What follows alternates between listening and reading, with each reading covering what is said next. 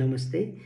आज म यो भिडियो मार्फत हजुरहरूलाई डाक्टर नवराज केसीले लेख्नुभएको पुस्तक शून्यको मूल्यमा अ, लेखिएका केही मनपर्ने कुराहरू भनौँ अथवा चाहिँ मेरो मनलाई छोएका केही कुराहरू मैले हाइलाइट गरेर राखेको थिएँ। तसर्थ त्यो कुरा हजुरहरू समक्ष पनि मैले सेयर गर्ने अनुमति चाहेँ। यसमा चाहिँ परिवर्तन सम्बन्धी एउटा कस्तो राम्रो कुरा लेखिएको रहेछ, त्यो कुरा म हजुरहरूलाई पढेर सुनाउने अनुमति चाहन्छु। र यसमा डाक्टर केसीले लेख्नु भएको छ, वास्तवमा संसार राम्रो हुन संसार परिवर्तन हुनु नपर्ने रहेछ।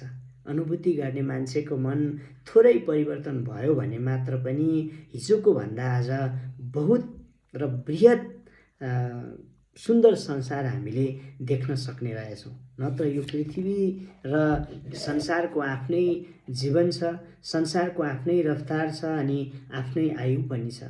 हामी संसार परिवर्तन गरी यसलाई चिटिक्क पारेर अनुभूति गर्ने सोच्दा रहेछौँ। वास्तवमा संसार सधैँ चिटिक्कै रहेछ। अनुभूति गर्ने मन सुन्दर भए संसार साँच्चीकै चिटिक्क र सुन्दर पो देखिँदो रहेछ।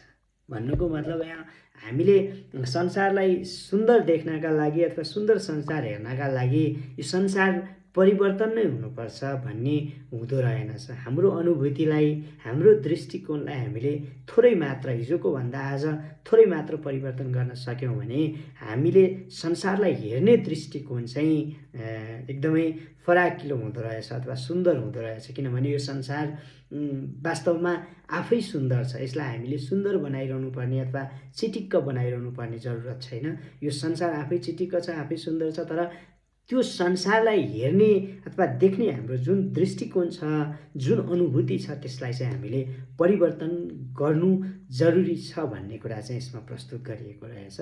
धन्यवाद।